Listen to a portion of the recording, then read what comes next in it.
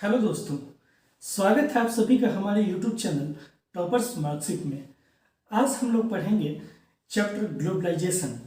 दोस्तों, इस चैप्टर में हम लोग समझेंगे कि ग्लोबलाइजेशन क्या होता है, लिबरलाइजेशन क्या है।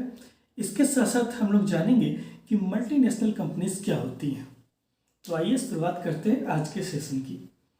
दोस्तों, आप में से बहुत सारे लोगों के घर में स्कूटर होगा, कुछ लोग के घर में मोटरसाइकिल होंगी और कुछ लोग के घर में कार हो सकती है। अगर आपके घर में नहीं भी है तो आप अपने आसपास गांव मोहल्ले के सड़कों पे बहुत सारी गाड़ियों को देख सकते हैं। ये गाड़ियाँ अलग अलग ब्रांड की हो सकती हैं। लेकिन दोस्तों, जब आप अपने पापा से बात करेंगे तो वो आपको बताएंगे कि उनके समय में गाड़ियों के कुछ ही ब्रांड मार्केट में अवेलेबल थे। जैसे स्कूटर का उस समय सिंगल ब्रांड होता था, बजाज का स्कूटर होता था। इसी तरह से जो कार थी वो बस मारुति की कार थी। और अगर आप अपने दादाजी से बात करते हैं तब तो वो आपको बताएंगे कि उनके समय में जिसके पास गांव में साइकिल होती थी वो बस हीरो होता था। ठीक है। लेकिन दोस्तों, आज हम लोग क्या देखते हैं कि हम लोग का जो मार्केट है वो पूरी तरह से ट्रांसफॉर्म हो गया है, बदल गया है, चेंज हो गया है। आइए समझते हैं कि हम लोग का मार्केट किस तरीके से चेंज हो गया है।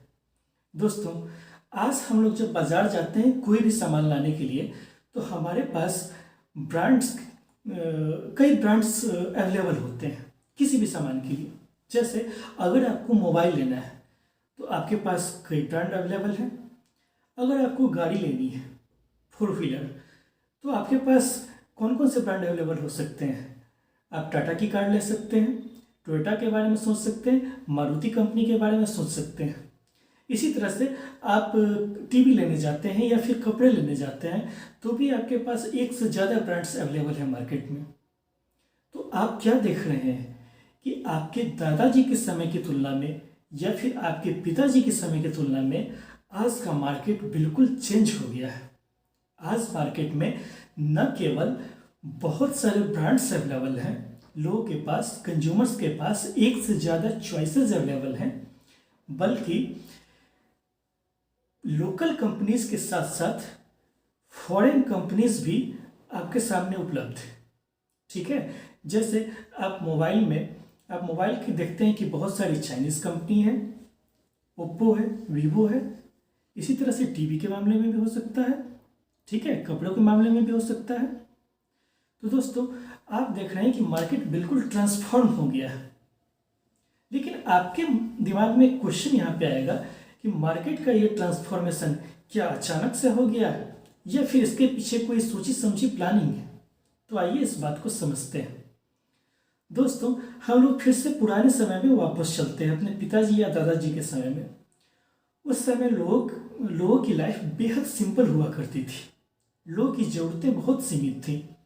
उनकी ज़रूरतें बस खाने तक, घर तक, मनोरंजन, भोजन, इस सब तक सीमित थी।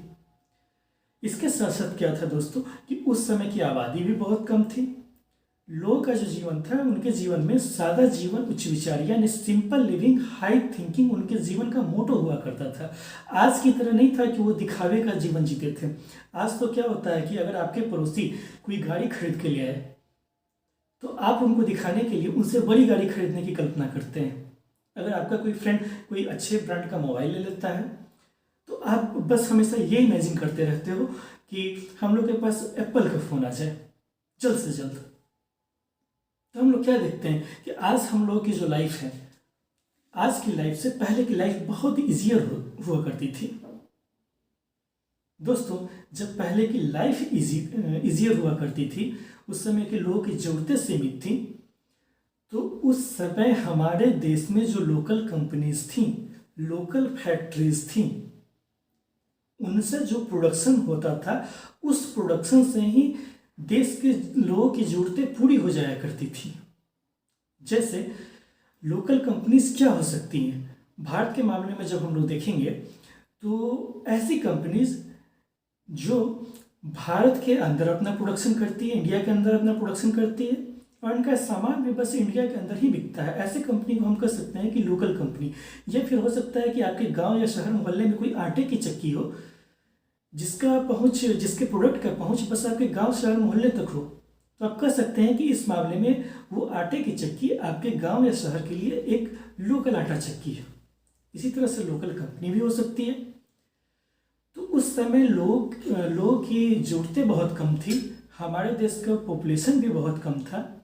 इन सबों का मिला जुला परिणाम ये होता था कि जो लोकल कंपनीज थी हमारे देश की, वो लोगों की ज़रूरतें पूरी कर दिया करती थी।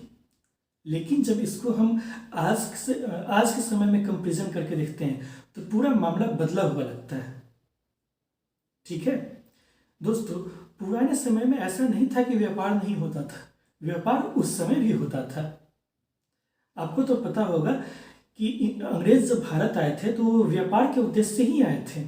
यहाँ से वो कपड़े, यहाँ से रेडीमेड कपड़े, बने हुए कपड़े वो बहुत कम दामों में खरीदते थे और उसको इंग्लैंड ले जाकर बेचते थे बहुत ऊंची कीमतों पर। इससे उनको बहुत ज़्यादा प्रॉफिट होता था। इससे पहले आपने सुना होगा कि वास्को डी गामा भारत आया था, वो पुर्तगाली व्यापारी था। और यहाँ से जो पुर्तगाली व्यापारी थे वो केरल, जो हमारे देश का राज्य है, वहाँ से मसाले ले जाया करते थे और यूरोप के बाज़ारों में ऊंची कीमतों पर बेचा करते थे। वहाँ उन मसालों का यूज़ मीट के प्रिजर्वेटिव के रूप में किया जाता था, यानी इन मसालों में लपेट के मीट को लंबे समय तक सुरक्षित रखा जाता था, क्योंकि ठंडे देश थे वहाँ पे। दोस्तों, तब भी व्यापार मौजूद था भारत में। थोड़ा उससे भी पीछे अगर हम लोग चलते हैं तो हमारे देश के सबसे पुरानी सिविलाइजेशंस में से एक इंडस वैली सिविलाइजेशन में भी व्यापार होता था। उस समय इंडस वैली सिविलाइजेशन का व्यापार इराक जैसे देशों तक फैला हुआ था। ठीक है, तब ये व्यापार अलग अलग देशों को जोड़ने का काम करता था। जैसे हम लोगों ने अंग्रेजों के माध्यम में देखा, पुर्तगाली व्यापारियों के माध्यम में देखा कि ये जो व्यापारी थे जब यहाँ से अपना सामान ले जाके इंग्लैंड ले जाते थे या अन्य यूरोपीय कंट्रीज में ले जाते थे, तो भारत का संबंध उन यूरोपीय देशों से जुड़ता था। ठीक है, तो हम कह सकते हैं कि जो विदेश व्यापार था वो अलग अलग देशों को आपस में जोड़ने का काम करता था।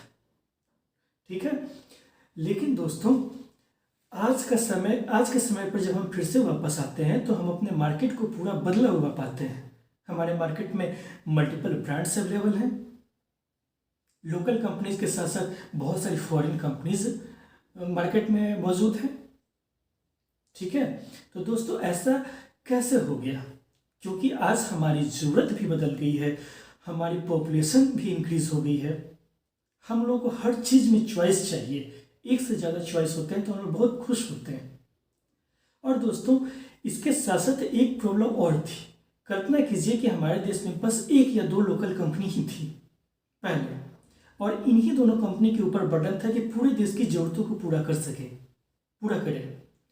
तो क्या ये पॉसिबल है कि केवल एक या दो कंपनी ही पूरी देश की ज़रूरतों को पूरा कर सके?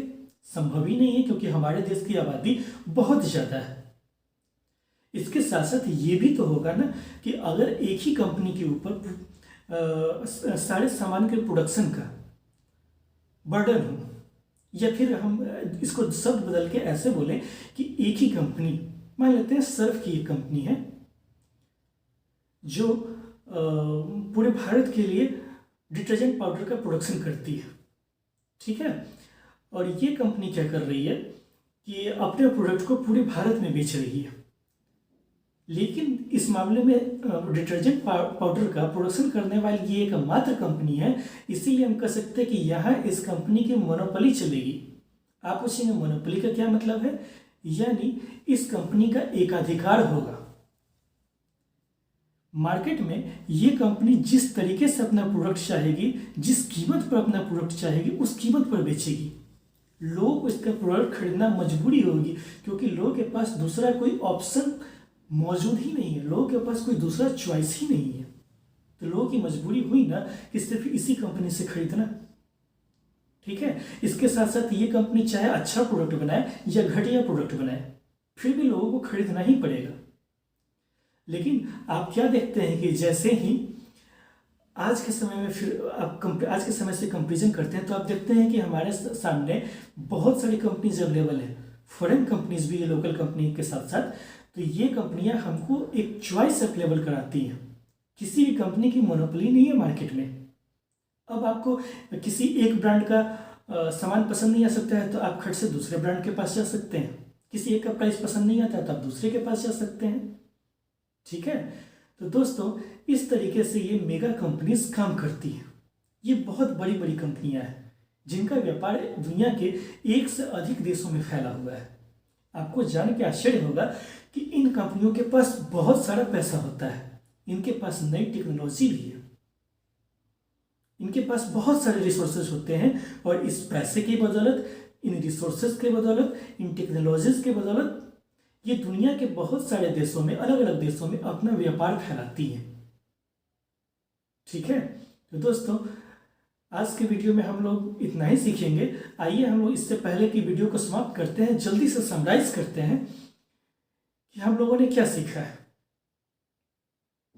दोस्तों हम लोगों ने सबसे पहले सीखा था कि पुराने समय में किस तरीके से हम लोग का मार्केट था। उस समय मार्केट में जो सामान के ब्रांड्स थे, लोगों के, कस्टमर के सामने जो चॉइसेस थे बहुत कम थी, लेकिन आज के समय में ये चॉइसेस बहुत ज़्यादा है। ठीक है, इसके साथ साथ हम लोगों ने देखा कि किस तरीके से विदेश व्यापार जो है एक देश को दूसरे देश से कनेक्ट करता है। किस तरह से ये बड़ी बड़ी कंपनियां जो हैं जिनको मल्टीनेशनल कंपनीज कहा जाता है। मल्टीनेशनल कंपनीज के बारे में दोस्तों हम लोग इस वीडियो के पार्ट 2 में चर्चा करेंगे। ये मल्टीनेशनल कंपनियां अपना व्यापार दुनिया के एक से अधिक देशों में फैलाती हैं।